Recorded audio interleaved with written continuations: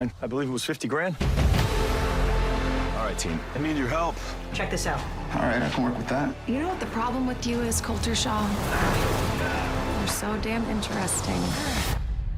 Thank you.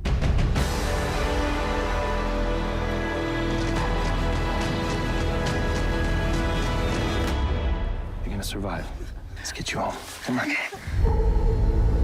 Tracker, part of CBS Premiere Week after Super Bowl 58 on CBS.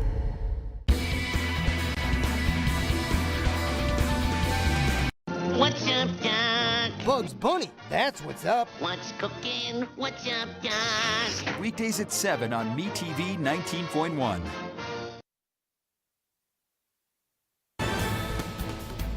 Good evening, everyone. I'm Sarah Blakely. Tonight on your WZMQ 19 News, Colorado Republicans are threatening to switch to a caucus system to choose Donald Trump as the Republican presidential nominee. Tonight, the latest on the move and how it could impact the 2024 election. Plus, one of the founding members of the Iron Ore Heritage Trail in Marquette County celebrates her retirement. We'll share what she had to say tonight. And donations for veterans at the DJ Jacobetti home, who was behind the effort today. Your 19 News starts now. Live from the UP, this is WZMQ 19 News at 11.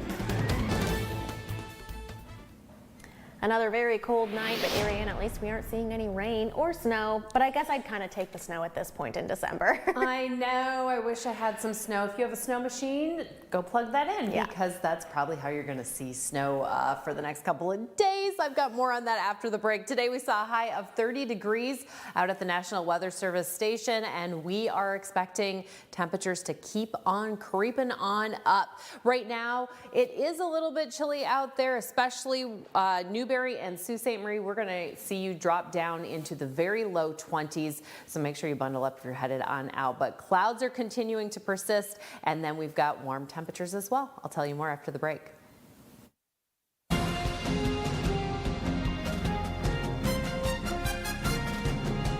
The Colorado Supreme Court has dealt former President Donald Trump a legal blow after declaring he's ineligible to be on that state's primary ballot and he's ineligible to be president. The move sets up a legal challenge that will make its way to the U.S. Supreme Court. Skylar Henry has the details from the White House. The Colorado Republican Party says it's pulling out of the primaries and will hold a caucus instead. It's a reaction to the Colorado Supreme Court ruling that former President Donald Trump is ineligible to run again in the Centennial State, citing the Constitution's insurrection clause, which states that no person shall be able to hold office if they have engaged in an insurrection or rebellion. The governor of Florida, Ron DeSantis. Trump's primary opponents say the left are trying to rig the election. They're doing all this stuff to basically solidify support in the primary for him, get him into the general, and the whole general election is going to be all this legal stuff. Trump is planning to appeal the decision to the highest court in the land. We're likely to get a decision from the United States Supreme Court sooner rather than later. President Biden said he would not comment on pending court cases, but he had no problem weighing in on one of the central questions of the case. Is Trump an insurrectionist, sir? Well, I think certainly they're self-evident. You saw it all. Now, whether the 14th Amendment applies, I'll let the court make that decision. But he certainly supported an insurrection. Trump's actions on January 6th are at the center of a federal court case scheduled to go on trial in March. Announcing its intention to appeal the Colorado Supreme Court's decision, the Trump campaign called the ruling, quote, completely flawed. February will mark 2 years since Russia invaded Ukraine. The U.S. has helped provide billions in aid to Ukraine to defeat Russia, but continued aid is still up in the air. Our Washington, D.C. correspondent Rachel Knapp spoke with advocates who have been rallying for Ukraine ever since Russia crossed into that country. Her report from Washington. Standing outside the U.S. Capitol building, Catherine Peterson and Robert Harvey hold the Ukrainian flag and signs in support of Ukraine. That support needs to continue. She and others created the grassroots organization Ukraine Rally DC. You'll see them rallying every day at places like the White House or the Capitol, day or night, pressuring U.S. policymakers to continue supporting Ukraine and to pass supplemental funding to help Ukraine win the war against Russia. Ukraine's brave resistance in protecting their people has been possible due to U.S. support. U.S. aid to Ukraine has saved tens of thousands of lives. The White House has requested tens of billions in additional aid for Ukraine, but Republicans want to tie in Ukraine aid to changes in U.S. border policy. Policymakers stress Ukraine doesn't have the time to spare while Washington tries to strike a deal. Peterson worries if the U.S. stops aiding Ukraine, our adversaries like Russia and China could create more problems for us internationally and here at home, including the possibility of another era of America at war. That is what is at stake. America's future, not just in a long-term sense, but in a very immediate sense that our economy, our soldiers, and our government spending is going to be affected by this if we do not help Ukraine. While negotiations for aid for Ukraine continues, these advocates tell me they'll stay out here for as long as they need to. Until we feel that our national security is safe, until we feel that Ukraine is on a definitive, clear path to victory. In Washington, D.C., Rachel Knapp, WZMQ 19 News. 2 people are pending charges after the Houghton County Sheriff's Office says a man was found dead in his home Tuesday. Around 10:30 Tuesday morning, deputies were sent to a home on Salo Road in Hancock Township for a well-being check. They found 87-year-old Alvin Kempinen dead inside with a gunshot wound to his head. An investigation revealed 3 persons of interest: 50-year-old Margaret Kempinen, 20-year-old Jacob Kempinen, and a 16-year-old whose name is withheld. All 3 are residents of Heartland, Wisconsin, and were identified as Alvin's family members. Deputies learned they were traveling south on I-35 in Minnesota near the Iowa border. They were stopped around 7:30 p.m. in Clear Lake, Iowa, and interviewed by local detectives. Margaret and Jacob Kempinen were taken into custody. They're in the Cerro Gordo County Jail awaiting extradition back to Michigan, where they will be charged and arraigned. The investigation continues. 2 UP water treatment systems will be receiving federal and state funds to make updates to their facilities. The city of Bessemer and its sewer authority will receive $2.7 million, while the Gogebic Iron Wastewater Authority is set to receive $12 million. The grants and loans were awarded as part of the Federal American Rescue Plan and Michigan's Drinking Water and Clean Water Revolving Funds. The funds were granted to help with replacing old infrastructure, failing septic systems, and lead service lines. About half of our budget is actually passed through to local communities in the forms of loans and grants to help them upgrade infrastructure and do other important work that protects the environment and public health. So it's important to keep the water clean, and this is what this money will do. The Michigan Department of Environment, Great Lakes and Energy says the upgrades will help ensure clean and safe water for over 10,000 people in the UP. A co-founder of a popular trail system in Marquette County is celebrating her retirement. Carol Fulsher, the first administrator of the Iron Ore Heritage Recreation Authority, marked her retirement tonight with a party. She was celebrating her more than 15 years of work on the trails, along with her friends, family, and co-workers. Fulsher says while working on the trail, she learned a lot about the UP's history. So much about our mining history and our local history. And I've enjoyed working. We have 80-something different unique stories along the trail talking about our local history, and that to me has been the most exciting part. Fulsher says she's grateful for all the community support for the trails throughout the years. A Green Bay axe throwing business is expanding to the UP. Razor Axe Marquette holds its grand opening this Friday. It will begin at 3 in the afternoon and include throwing axes, knives, stars, even batarangs. Beer and soft drinks will be served during the grand opening, and indoor cornhole will be available for anyone not throwing axes. Razor Axe's original location is in Green Bay, but it's opening this second location in Negaunee Township with the help of a local. Yoopers, true Yoopers, somewhere along their native lines there. A lot of them were swinging axes back in the day, and it runs in the Yooper blood. Razor Axe Marquette hopes to be able to expand outdoors with food and lawn games this coming summer.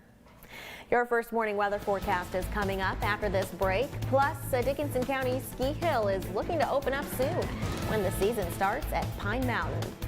And a Christmas gift at the gas pump. The prices AAA is forecasting for the upcoming holidays. 19 News is brought to you by Kirkish Furniture.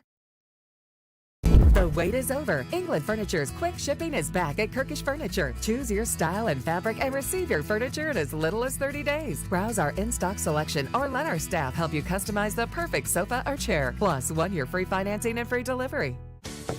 Anyone here? Hello? What are you waiting for? I really need to deposit this check before work today. Oh, you can use the ITM for that. Oh man, I gotta make a payment before the credit union closes. You can use the ITM for that. I don't know about this thing. I mean, I need some social interaction. You can use the ITM for that. Peninsula Federal Credit Union offers a wide variety of technology to keep your banking experience fast and efficient. Try our ITMs today. John's Auto is quickly becoming everybody's favorite place to get their car fixed. John's Auto is quickly becoming everybody's favorite place to fix their car. Was that right? For a better service experience, come to John's Auto Market. Why do I keep forgetting that word? Experience. Okay, go. 3, 2. For a better service experience, come to John's Auto Market. And don't forget,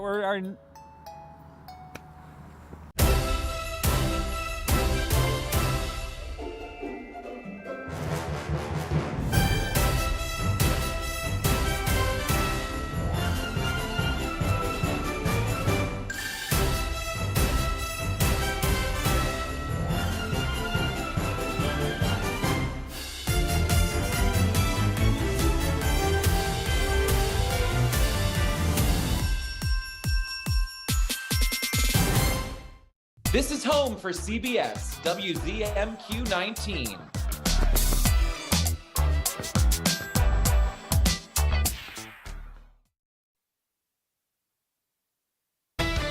Now, WZMQ 19 News First Warning Weather with Ariane Stasic.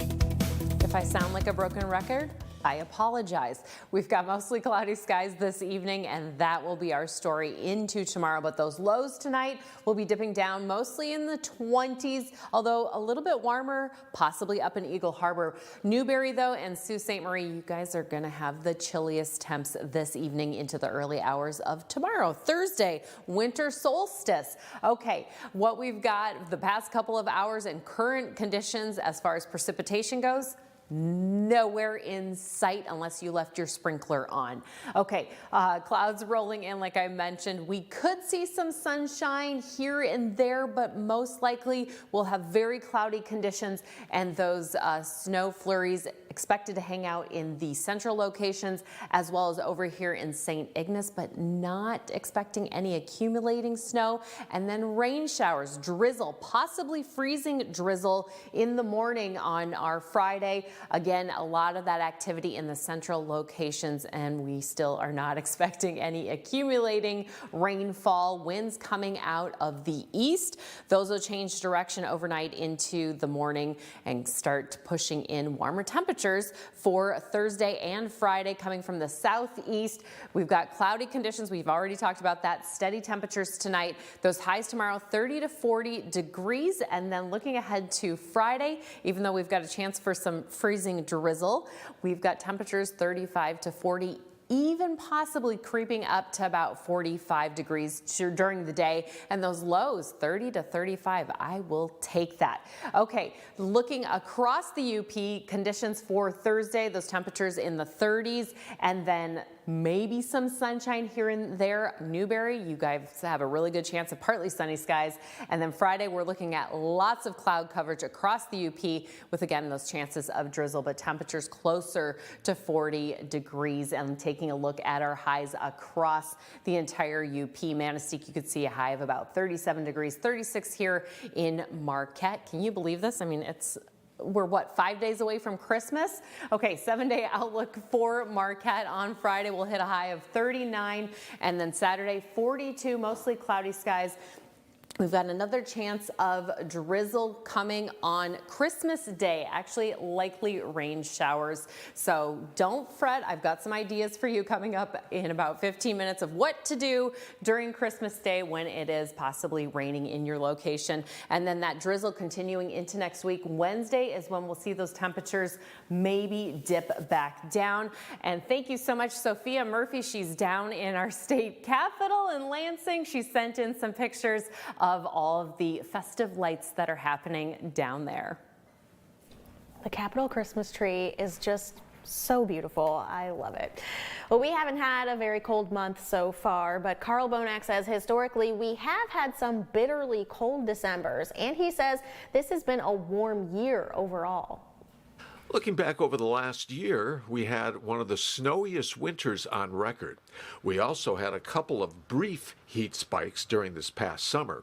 However, the overriding theme of the last year is warmth. In fact, each month over the past year was above average, except March, July, and August. But these months were just a bit below the long-term normal. Since autumn began, it's been wall-to-wall warmth. September was the warmest against the average, over 4 degrees above normal. There wasn't a freezing temperature at the National Weather Service site near Negaunee until October 11th, and there wasn't a low temperature in the 20s until October 29th. Often, the temperature will plunge to 0 or below as December unfolds. One of the coldest 12th months occurred 40 years ago in 1983. First of all, it snowed. A total of 28.5 inches fell at the Weather Service between December 14th and 16th. Afterwards, Arctic cold settled in. The temperature fell below 0 for 11 consecutive nights, with the coldest night December 20th. Iron Mountain's temperature crashed to 23 below, while the National Weather Service hit 28 below, the coldest December night in the last 60-plus years. In Ironwood, the low of minus 36 was the coldest December temperature in over 120 years of record keeping. All in all, there were 14 days with lows of 0 or below at the National Weather Service in December 1983. Extreme cold is not likely before December 2023 is over. NOAA's extended outlook puts the greatest probability of above-average temperatures right over the Great Lakes region. This covers the period right through New Year's Day. Meantime, in Dickinson County, the Pine Mountain Ski Resort is hoping for temperatures to drop back below freezing, but it's not stopping them from opening the slopes tomorrow. WZMQ's Iron Mountain Bureau reporter Amy Doyle gives us a look into this year's ski season. Pine Mountain Ski Resort has been making some serious snow. Yesterday, 500,000 gallons of water was pumped into the snow machines and possibly another 500,000 last night. Even though it's been a struggle with Mother Nature preparing the slopes this year, the ski director is ready for opening day. The resort will be running at least one main chairlift and its main slope, and opening some bunny hills up. The last 3 days we were making snow, and right before that we had 2.5 days of rain. So right now, opening, we're sitting a touch high, above the freezing point, above snowmaking temperatures. That's why the guns are just decompressing right now. We're doing $30 lift tickets and $30 rentals. Skiers can hit the slopes starting at 10 a.m. Central tomorrow morning. While Vertigan hopes for a white Christmas, he plans to keep the hill gliding right through the holiday season. So a little slower of a start this year, as most hills are probably struggling with. So as you can see behind us, everything that's on our hill is actually man-made snow. Christmas Eve will be open 11 to 3, Christmas Day 11 to 3, and then we start night skiing tentatively on the 26th. As a grand finale to 2023, the annual New Year's Eve fireworks show is sure to be a crowd pleaser. The ski school is also making some changes this year. This year I want to do, we've done a ski academy program in the past. I want to do that again. It might look a little different this year. I think I want to do it Saturdays and Sundays, possibly, instead of just Sundays. And finally, there's a fun new feature coming soon to the mountain. We're going to look at adding the tubing hill. The man-made snow is reserved for the ski lifts. The new tubing hill is going to go right here on this run when the natural snow hits. They're expecting sometime in January. Amy Doyle, WZMQ 19 News, Iron Mountain. And next month, the resort is hosting its first ever Fat Tire mountain bike race on the new bike trail. We'll have a link to the sign up for that at WZMQ19.com. An Escanaba retailer is helping America's service members and veterans put their best foot forward this holiday season. Shoe Sensation is hosting its 8th annual Socks for Troops campaign. Customers can purchase a pair of American-made socks to be donated to troops overseas. The Beta Knock Lions Club will also distribute socks to veterans in Iron Mountain and Marquette. Customers will receive 20% off their purchase of the socks and coupons to use in the store and give those serving our country some extra comfort. Isn't free, and I think that it's a wonderful campaign to show that, we support our veterans and troops. They sacrifice for us, so the little that we can do for them is worthwhile. Last year, the Escanaba campaign brought in 346 pairs of socks. By the end of this year's campaign on December 31st, Shoe Sensation hopes to collect more than 2,000. A Marquette-based media group dropped off some donations to local veterans today. It's the Christmas is for Veterans campaign run by Media Brew Communications, which collects gifts from listeners that head straight to the Michigan Veteran Home's DJ Jacobetti. The Jacobetti sends out a wish list every year for veterans with items like razors, calendars, and everyday items that help improve the quality of life at the home. Incredible donation last year of reading glasses. Dozens upon dozens upon dozens of reading glasses. So obviously they don't need those anymore. So every year the list is just a little bit different, but the thought is always the same. Just make sure that our veterans, who should be recognized year-round, are especially recognized at this time of year. Those still interested in helping out can head to our website for the donation link at WZMQ19.com. Still ahead tonight, how some universities around the country are creating study spaces specially designed for students with autism and ADHD. Tonight. Steven! Vicky. Do you realize we just battle rapped each other? Did we? Colbert's got a new late show with Nicki Minaj tonight on CBS. Funerals can be emotionally devastating for a family to go through. Besides the sorrow, loved ones are left with the high cost of arranging a funeral. Funeral Advantage was formed to help protect your family when they need it most. It pays your loved ones up to $20,000 immediately for funeral and any other expenses. It's a good feeling to know that my family will be taken care of if anything happens to me. Funerals can easily cost $9,000 or more, but government benefits pay only $255, leaving your loved ones to pay the rest. It's so easy. Just answer a few simple health questions. This is so affordable, even for someone like me who's on a fixed income. If you're 40 to 85, get information on how to protect your family. Funeral Advantage is something we all need. There's no risk or obligation. Call now. Get the facts about how easy it is to protect your family. Call 800-845-5191. Don't wait. Call now. Who'll be there when there are voices that need to be heard? Who will be there when amazing rises up, or a need for a warning comes falling down?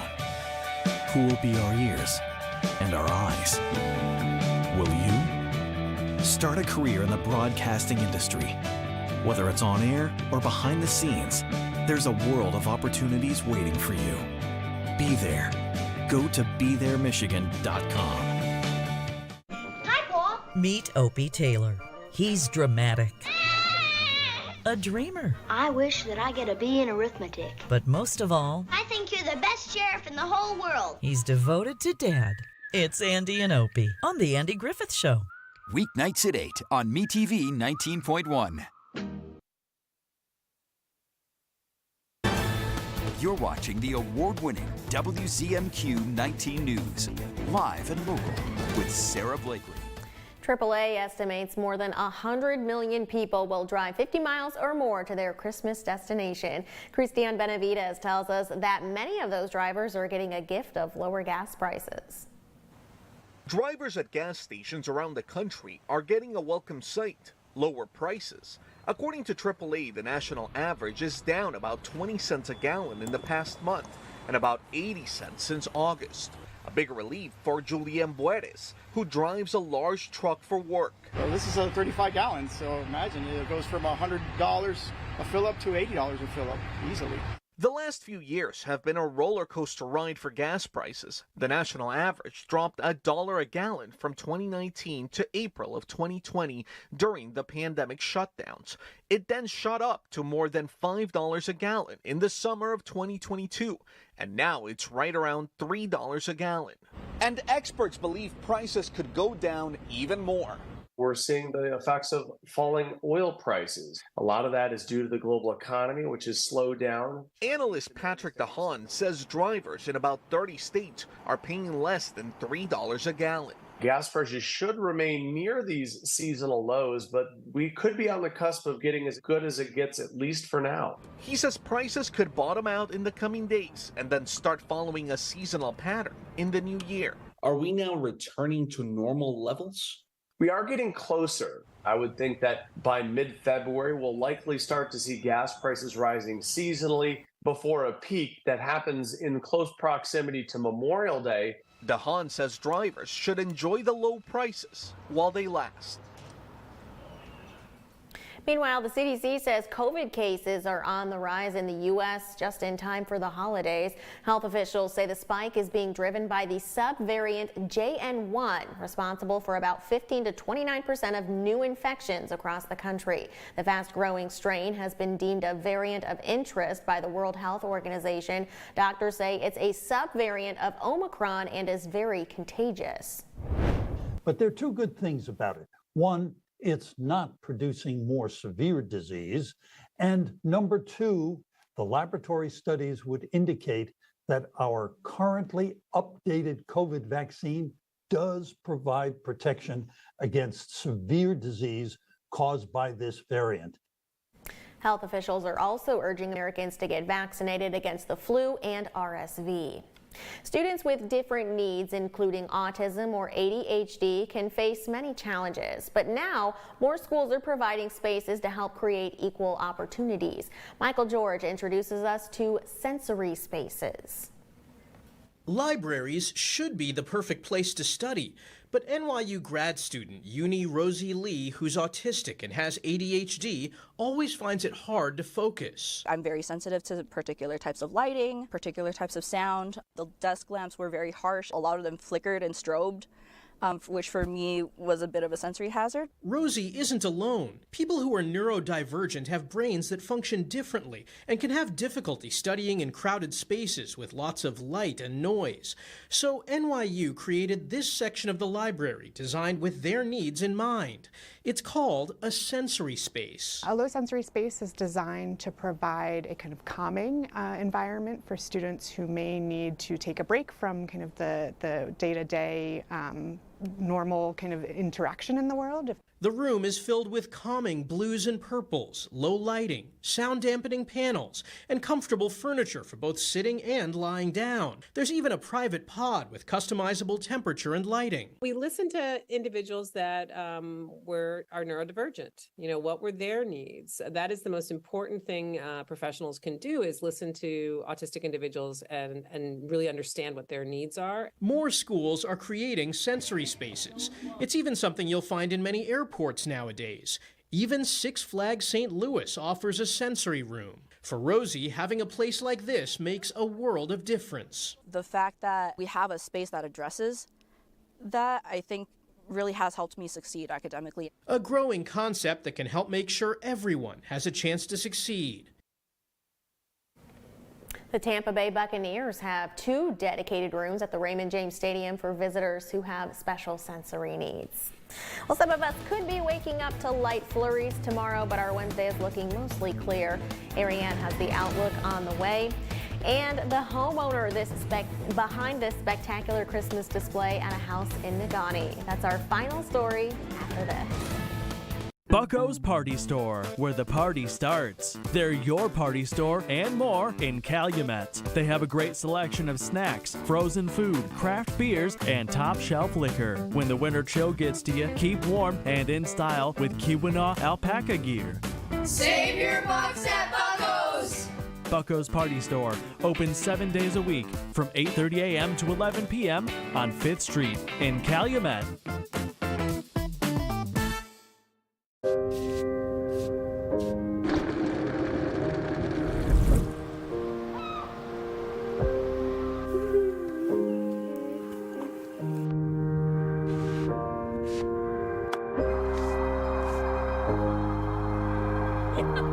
When finances and plans for retirement come together, it's a beautiful sight.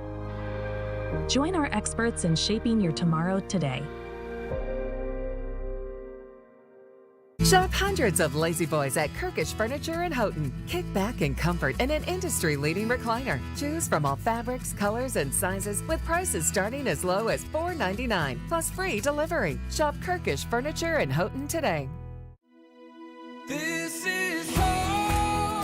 It's our town, it's our song. This is home. This is where we belong.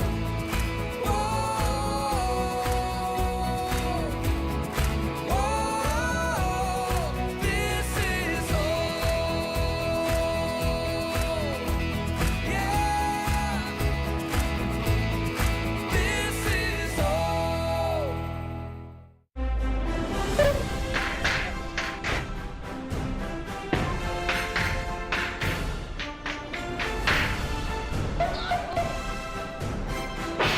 Saturday night at 6 on MeTV 19.1. Our current temps, we do have some 30-degree temps out there. Menominee 34. We'll expect those to be, though, in the 20s. Now, tomorrow, it's going to be a little bit warm. Out at the National Weather Service, our maximum normal temperature for tomorrow is about 25 degrees, but will be 30 to 40. Likely drizzle on the way on Friday. And just talking about Christmas, what's happening? Snow chances, very slim. Rain chances, though, that's probably where we're headed. And also a full moon. So things to do if we've got rain, don't pout. You'll be on the naughty list. Hike, bike, get outside. One of my favorite things, obstacle course or a scavenger hunt. When's the last time you did one of those for yourself? Or kids, right? Probably that. All right, Christmas Eve for Escanaba, a high of about 45 degrees, some cloud coverage, and then likely rain also heading in that direction. Thanks, Air. Another thing that you could do on Christmas, the holiday season has traditions of baking cookies and opening presents, but for some, the traditions take weeks to prepare. Jake Hakela says he's been putting up these decorations at his house in Negaunee since he was 10 years old, and he says he always did it all on his own. Throughout the years, Hakela has collected old blow-up glass Santas, even a 75-foot Grinch. He says even though his house has been a traffic stop, he just enjoys spreading some Christmas cheer to whoever stops by. Everybody next door was going to tell me they're going to compete with me here. There's people out here every single day, cars stopping, kids walking up to the house, and the joy that people get from when they come by and all the little kids, and you know, it makes people happy. You can see the decorations all day long. The house is right at 105 East Main Street. If you turn down Main Street in Negaunee, you can't miss it. Oh my gosh, like it's so cool. Can you even see the ground there? It doesn't seem like it. That's amazing. I want to know what the neighbors think, or maybe he turns the lights off at some point. Here's your WZMQ CBS This is Home community calendar.